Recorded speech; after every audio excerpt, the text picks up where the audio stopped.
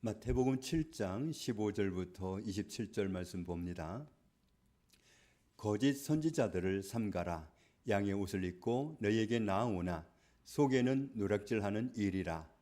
그들의 열매로 그들을 알지니 가시나무에서 포도를 또는 엉겅퀴에서 무화과를 따겠느냐.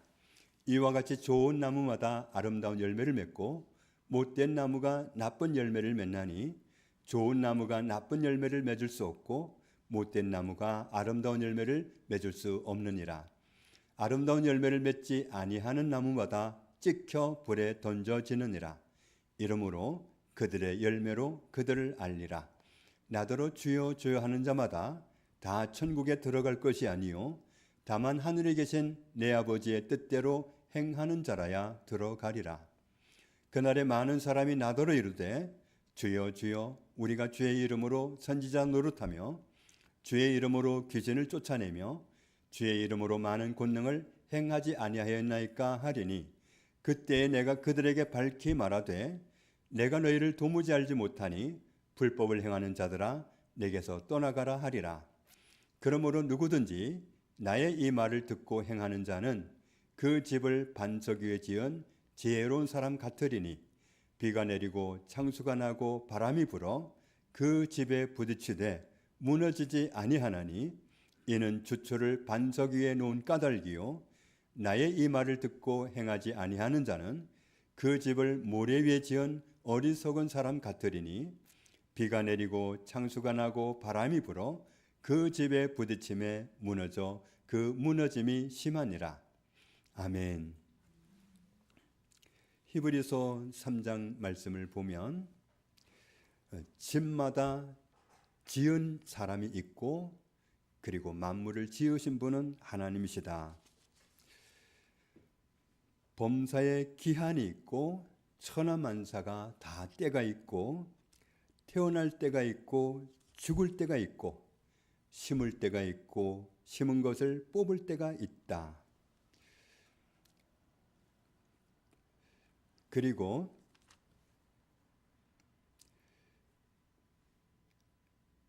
전도서 지금 말씀을 잘못 올렸는데 전도서 후반부에 보면 청년이여 이렇게 시작하고 있습니다.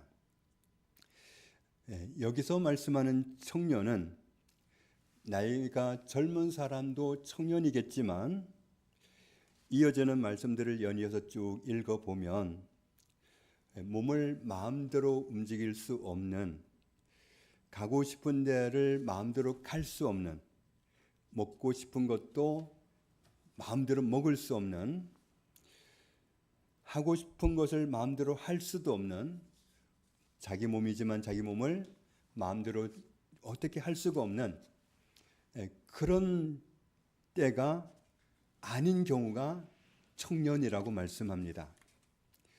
무엇이든지 마음대로 할 수 있는 청년 같은 건강이 있다면 마음에 원하는 거, 눈으로 보여서 하고 싶은 거 다 해봐라. 그런데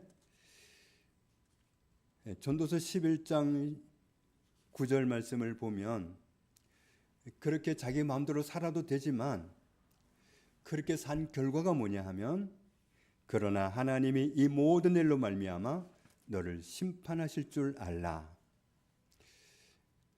그런즉 나중에 하나님 앞에 서야 한다는 사실을 염두에 두고 지혜롭게 살아라.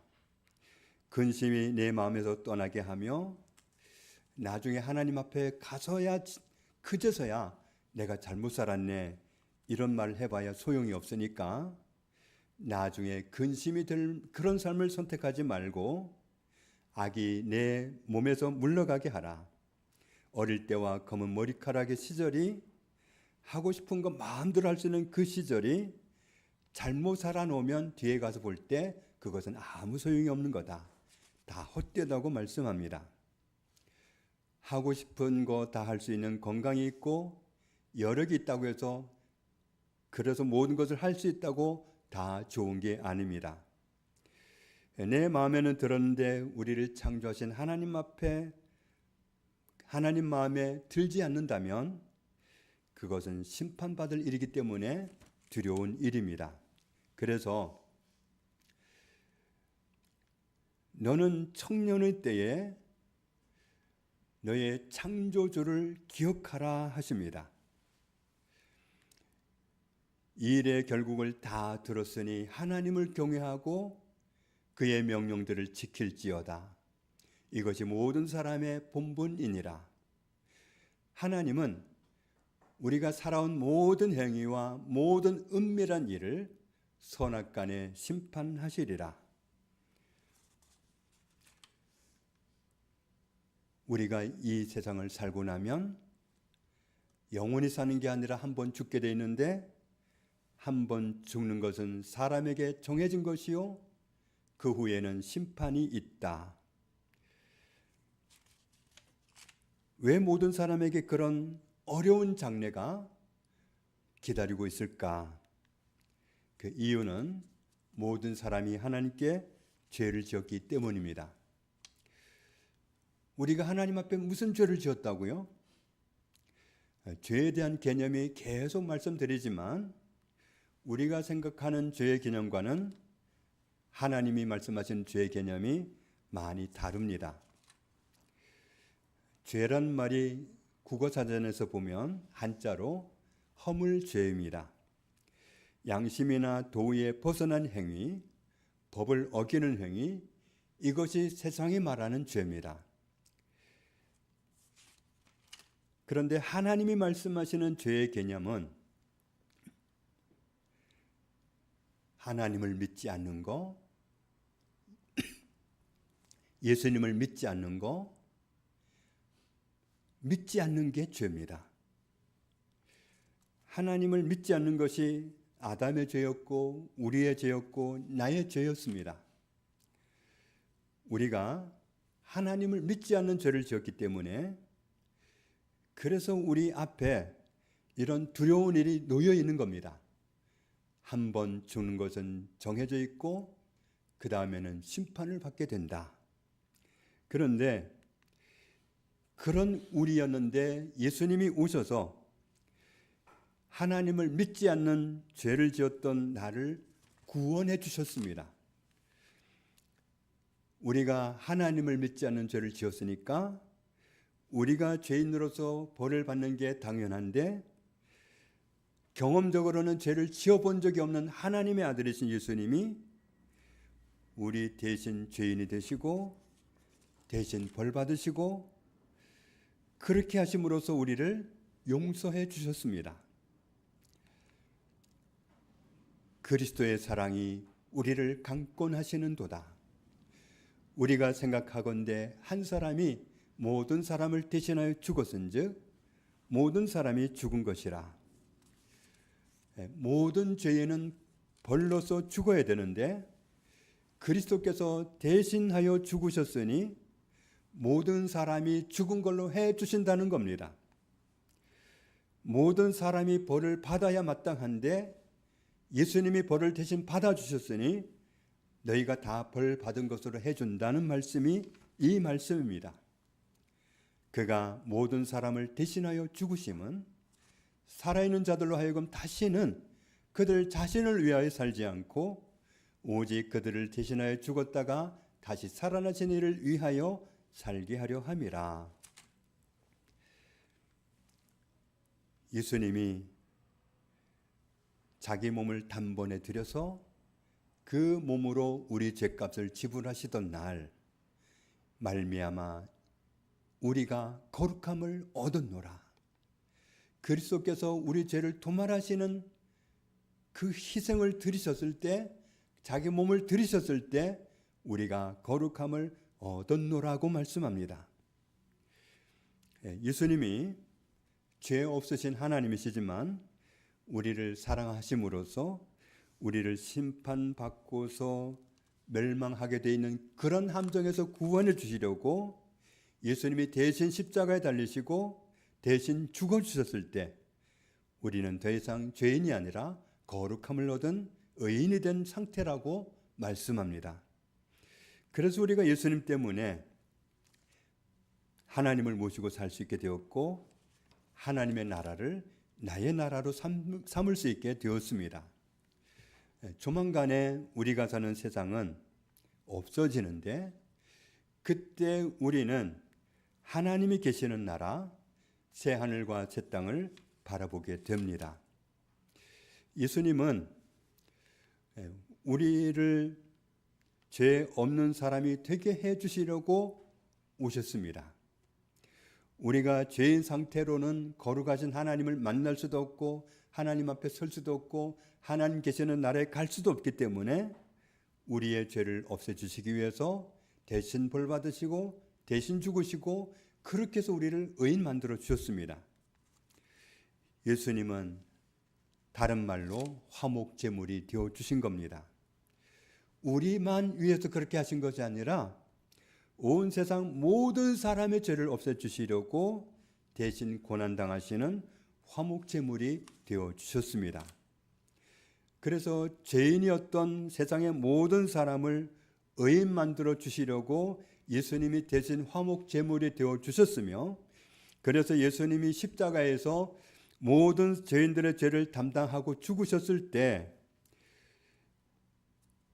우리가 의인이 되었다는 사실을 알게 된 모든 사람은 이제는 죄인이 아니라 의인으로서 살아갈 수 있는 은혜를 주셨습니다. 예수님이 나라고 하는 죄인과 세상의 모든 죄인을 대신해서 죽으시는 화목 제물이 되어 주셨음을 믿는 사람은 하나님께서 하나님과 함께 살 수 있고 하나님의 나라를 상속받을 수 있는 의인이라고 말씀하십니다. 하나님의 나라에는 죄인은 들어갈 수 없습니다. 우리가 전에 죄인이었을 때는 하나님 나라를 들어갈 수 없고 그 상태로는 한번 죽게 돼 있고 심판받아서 멸망하게 돼 있었기 때문에 그런 우리를 구원하시려고 예수님이 사람이 되어 오셔서 우리의 죄를 대신 담당하고 죽어 주셨습니다. 로마 군인들이 예수님을 죄인 취급하면서 너무 함부로 하고 예수님을 잡아가려고 할 때 예수님의 제자들은 그런 상황을 감당할 수가 없었습니다. 그래서 베드로라는 제자가 로마 군병의 귀를 잘라버렸죠. 못 잡아가게 하려고. 그런데 예수님은 베드로를 칭찬하신 게 아니라 베드로를 나무래시면서 말리셨습니다. 예수님은 하나님이시기 때문에 말도 안 되는 이 상황을 얼마든지 바로잡을 수 있고 뒤집어 놓을 수 있는 권세가 있으시지만 나는 지금 그 권세를 쓰지 않으려고 한다. 내가 권세를 쓰면 지금 모든 상황은 뒤집어질 수 있다. 그러나 내가 권세를 써버리면 예수님은 험한 꼴을 당하지 않아도 되겠지만 하나님이 이러한 방법으로 우리를 구원한다고 하신 성경에 기록된 이 말씀은 어떻게 이루어지겠느냐? 하나님은 이렇게 구원하신다고 했는데 하나님이 보내시는 그리스도가 온 인류의 죄를 담당하고 죽으심으로 구원하신다고 했고, 그래서 온 인류를 구원하러 오신 그 그리스도가 찔리시고 상하시고 채찍 맞으시고 봉변당하시고 침뱉음 당하시고 주먹으로 맞고 손바닥으로 맞고 온갖 조롱을 다 당하는 그 고난 끝에 십자가에 죽임당하시는 그 고난으로 너희를 구원한다고 하셨는데 내가 이 상황에서 내 권세를 써버리면 그 말씀이 어떻게 이루어지겠느냐 하시면서 베드로를 말리셨습니다. 예수님은 우리를 창조하신 분으로서 우리를 너무도 사랑하셔서 우리를 살려내는 것을 기뻐하셨고, 그래서 십자가를 참으셨고 벌거벗은 채 십자가에 달리셨지만 하나님이시지만 부끄러움 당하는 것을 개의치 않으셨다. 이렇게 말씀합니다. 같이 읽습니다. 너희가 피곤하여 낙심하지 않기 위하여 죄인들이 이같이 자기에게 거역한 일을 참으신 일을 생각하라. 여기서 피곤하다는 말은 원어로 보면 지치다, 기운을 잃다 그런 뜻입니다. 뒤에는 낙심한다는 표현과 거의 비슷한 맥락입니다. 말하자면 이런 거죠. 내가 이런 꼴을 당하고도 은혜교회를 나가야 돼? 그런 상황을 맞이했을 때 그리스도께서 나를 살려주시려고 어떤 수모와 수치를 견뎌주셨던 것을 참작하라는 겁니다.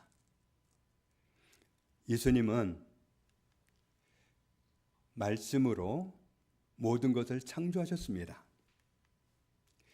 세상에 지금까지 살아온 사람이나 앞으로 살 사람이나 앞으로 먼 훗날에 태어날 사람이나 그 모든 사람을 지으신 분이시고 그 사람들 모두의 인생을 계획하신 분이 예수님이십니다. 예수님이 사람을 지으신 분이니까 예수님은 모든 사람의 주인입니다. 그리고 채찍 맞으시고 피 흘림 당하시고 십자가에서 못 박혀 죽으시는 그 대가로 우리를 사 주셨으니 그런 관점에서도 예수님은 우리의 주인이 맞습니다. 이 진리를 받아들이고 누구든지 주의 이름을 부르는 자는 구원을 받으리라 하셨습니다.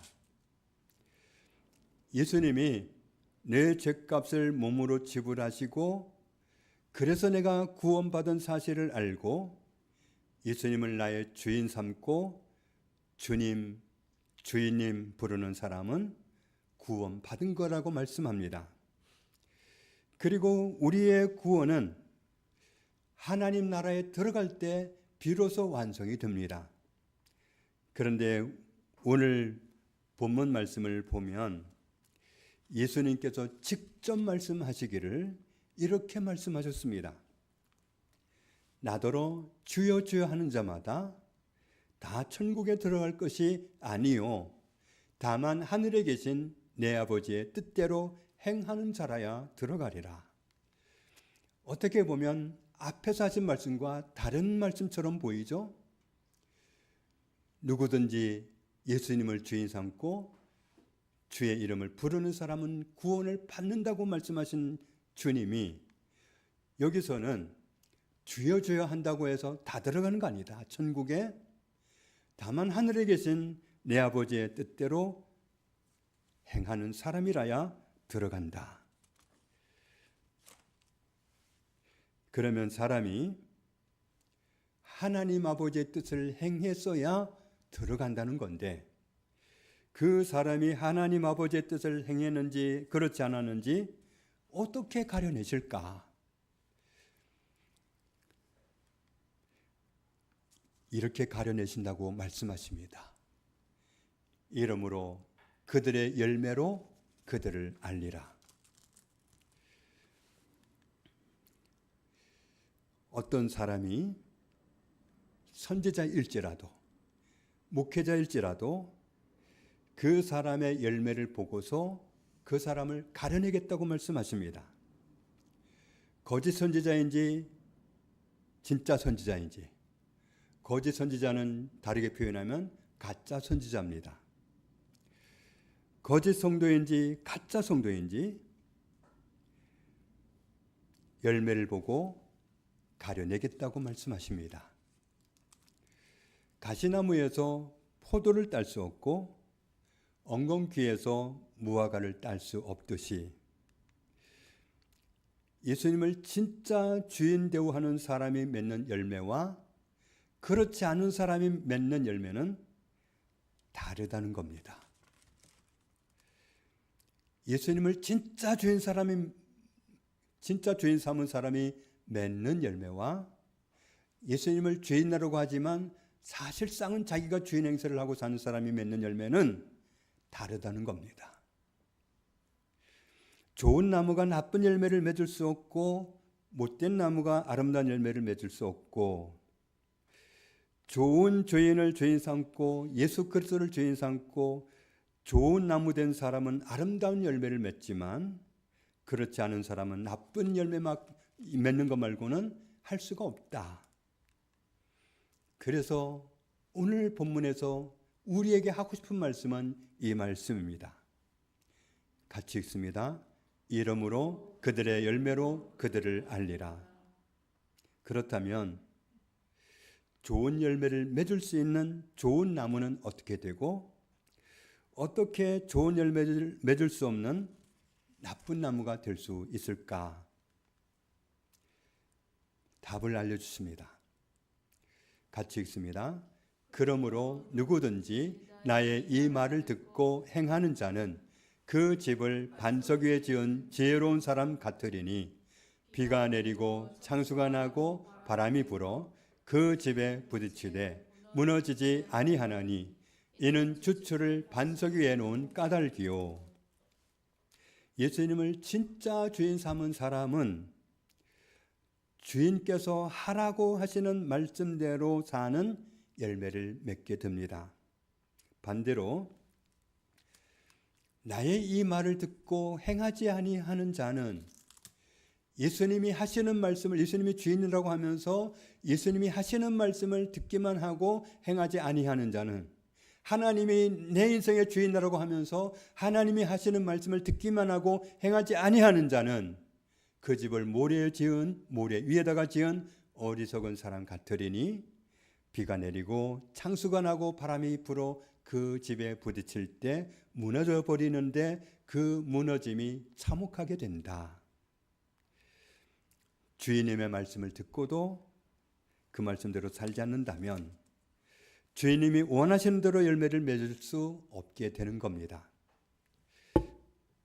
천국 문 앞에서 자기가 선지자로 살아왔다느니, 목회자로 살아왔다느니, 권사로 집사로 살아왔다느니, 심지어는 자기가 세상에서 하나님을 섬기는 동안에 굉장한 일을 하고 살아왔었다고 자기의 업적을 나타내려고 하는 사람도 있다는 겁니다.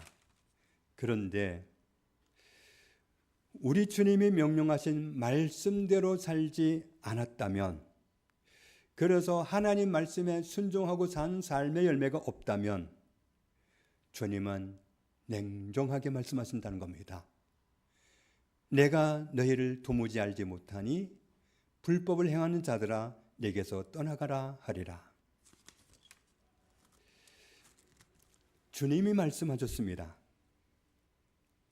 모든 사람과 더불어 화평함과 거룩함을 따르라. 이것이 없이는 아무도 주를 보지 못하리라. 화평함이라는 말이 헬라어 원어로는 에이레나라는 말인데, 에이레네는 어떤 상황을 말씀하느냐 하면 전쟁에 반대되는 겁니다. 평화의 상태를 말하는 거고 적대 감정이 없는 상태를 말합니다.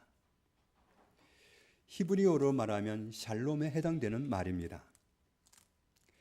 하나님이 창조하신 모든 사람은 하나님 보시기에 어떤 사람이냐 하면 그리스도께서 위하여 죽으신 형제입니다. 그래서 그리스도께서 귀히 여기시는 모든 사람과 함께 화평함과 거룩함이라는 관계를 유지하도록 하라고 말씀하셨습니다. 그리스도인이라면, 예수님을 내 인생의 주인으로 삼았다고 하면, 하나님이 정말로 내 인생의 주인이라면 우리는 하나님이 말씀하시는 이 말씀을 순종해야 됩니다. 그럴 때 이 말씀에 순종한 열매를 들을 수 있습니다. 이 말씀을 순종하려고 보니까 나 때문에 힘들어진 사람이 생각이 나고, 나 때문에 상처받은 사람과 관계를 회복해야 되겠다는 마음이 부어지고, 그래서 화목을 회복하기 위해서 찾아가야 되는 일이 발생합니다. 반대로 상처받은 사람은 어떻게 해야 될까요? 상처받은 사람은 이 말씀이 나와 아무 상관이 없을까요? 상처받은 사람 역시도 이 말씀을 순종하는 열매를 맺어서 드려야 합니다. 상처받은 사람 역시도 상처받은 사람이지만 이 말씀을 순종하는 열매를 맺어 드리려다 보니까 이 말씀을 듣게 됩니다. 너희가 사람의 잘못을 용서하면 너희 하늘 아버지께서도 너희 잘못을 용서하시려니와 너희가 사람의 잘못을 용서하지 아니하면 너희 아버지께서도 너희 잘못을 용서하지 아니하시리라. 너희가 각각 마음으로부터 형제를 용서하지 아니하면 나의 하늘 아버지께서도 너희에게 이와 같이 하시리라. 용서 못해요. 내 눈에 흙이 들어가도 용서 못해요. 그럴 수 있는 건가요? 그럼 내가 용서 못 받아도 되는 건가요? 서서 기도할 때에 기도하려고 하는데 아무에게나 혐의가 있거든. 아무개 때문에 나 힘들었는데, 아무개가 나를 넘어뜨렸는데, 아무개 때문에 내가 얼마나 힘들었는데 있거든 용서하라. 그리하여야 하늘에 계신 너희 아버지께서도 너희 허물을 사하여 주시리라 하시니라. 나에게 아무리 큰 잘못을 했어도 용서해 줘야 합니다. 용서해 주면 에이레네가 이루어집니다.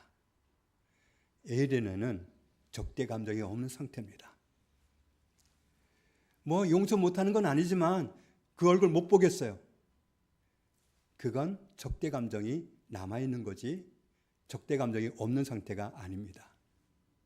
그건 에이레네가 아닙니다. 그건 평화가 아닙니다. 그건 화평이 아닙니다. 하나님이 원하시는 건 화평입니다. 평화입니다.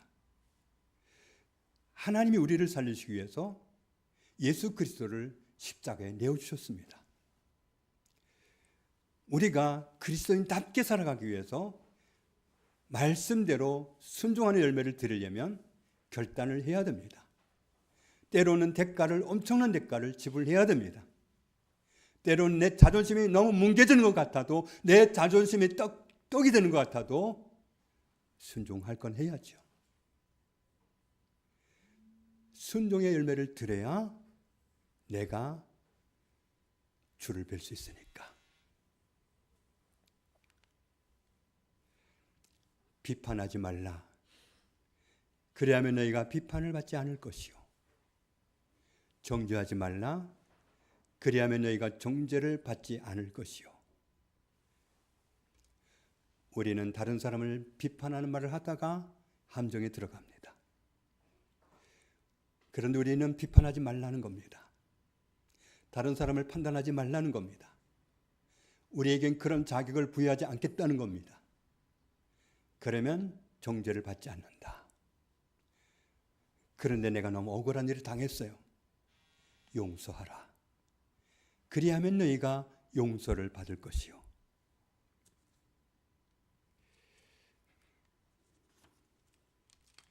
너희는 스스로 조심하라. 만일 네 형제가 죄를 범하거든 경고하고, 나 당신 때문에 매우 힘들었거든 경고하고, 미안합니다. 정말 미안합니다. 회개하거든 너는 용서하라.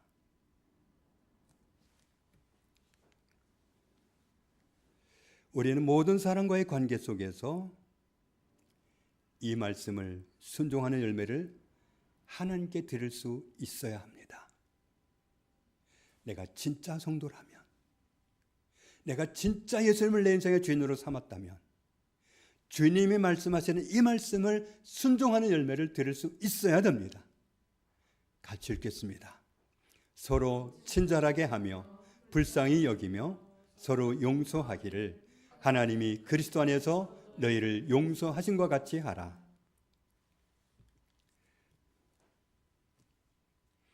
누가 누구에게 불만이 있거든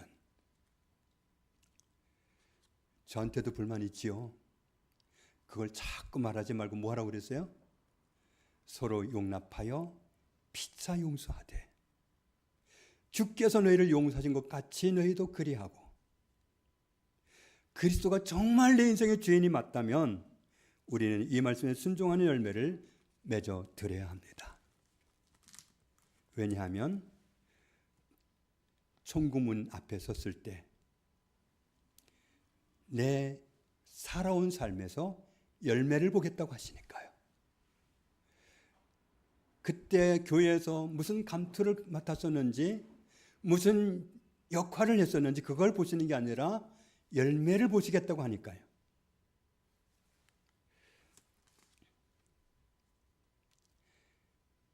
우리가 맺어야 할 열매가 무엇인지 또 말씀합니다. 누구든지 그의 말씀을 지키는 자는 하나님의 사랑이 참으로 그 속에서 온전하게 되었나니 이로써 우리가 그의 안에 있는 줄을 아노라. 그의 안에 산다고 하는 자는 그가 행하시는 대로 자기도 행할지니라. 모든 사람이 하나님 앞에 다 죄를 졌습니다. 그런데도 하나님은 사랑하셨습니다. 살리고 싶었습니다. 자기를 십자가에 내어주셨습니다. 그의 안에 산다고 하는 자는 그가 행하시는 대로 자기도 행할지니라. 정말 그리스도인이라면, 정말 예수님이 내 주인이라면 주께서 부탁하신 말씀대로 사는 열매를 드리는 것이 맞습니다. 주님은 우리에게서 다른 걸 보시는 게 아니라 내가 말씀에 순종했는지 안 했는지 그 열매를 보시기 때문입니다. 하나님이 우리를 사랑하시는 사랑을 우리가 알고 믿었노니 하나님은 사랑이시라. 사랑 안에 거하는 자는 하나님 안에 거하고 하나님도 그의 안에 거하시느니라. 이로써 사랑이 우리에게 온전히 이루어진 것은 우리로 심판날에 담대함을 가지게 하려 함이니 주께서 그러하신 것 같이 우리도 이 세상에서 그러하니라. 우리가 사랑하라 하신 계명을 받았는데 사랑하고 살면 언제 담대함을 얻느냐 하면 심판날 담대함을 얻게 된다고 말씀합니다. 왜냐하면 심판받지 않을 거기 때문에. 사랑 안에 거하면 두려움이 없고 온전한 사랑이 두려움을 내쫓나니 두려움에는 형벌이 있습니다. 오늘 용서 안 해도 돼요. 까짓거 싫은데 뭐. 내 생각이 그런데 뭐. 내 철학이 그런데 뭐. 내 인생 내가 살지 뭐.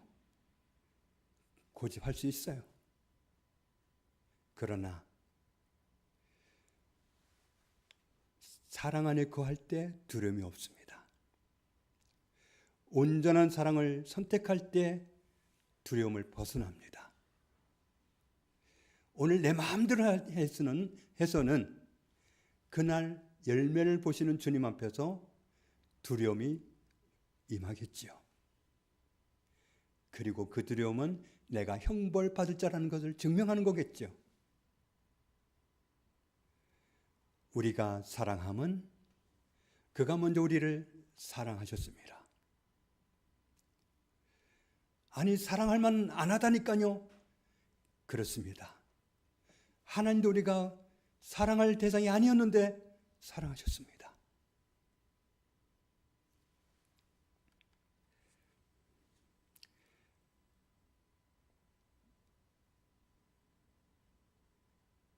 누구든지 하나님을 사랑하노라 하고 그 형제를 미워하면 이는 거짓말하는 자니 보는 바 그 형제를 사랑하지 아니하는 자는 보지 못하는 바 하나님을 사랑할 수 없느니라. 나에게 깊은 상처를 준 사람, 나를 넘어지게 한 사람 어떻게 사랑하나요? 용서입니다. 21절 같이 읽습니다. 우리가 이 계명을 주께 받았나니 하나님을 사랑하는 자는 또한 그 형제를 사랑할지니라. 아멘.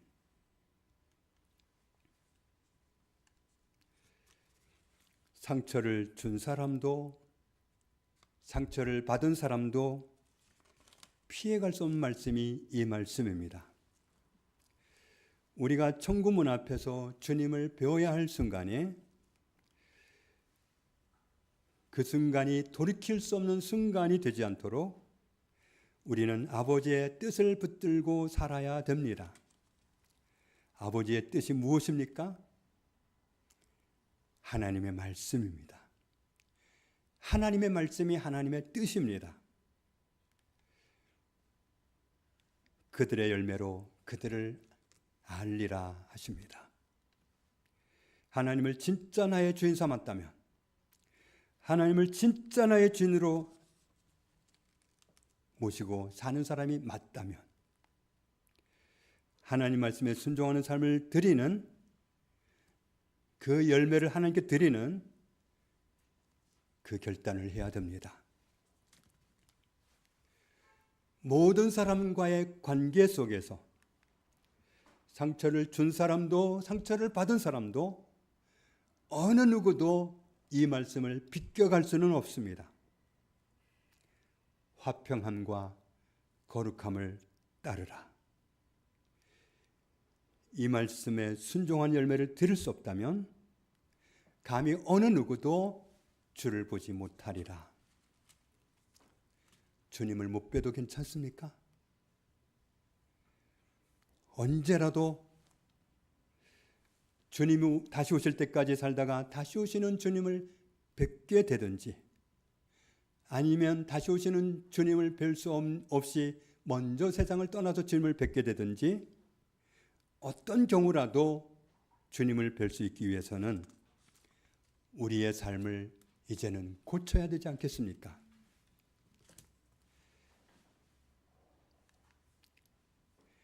어려워도 고통이 있더라도 하나님 말씀에 순종하는 삶을 사는 열매를 맺었는지,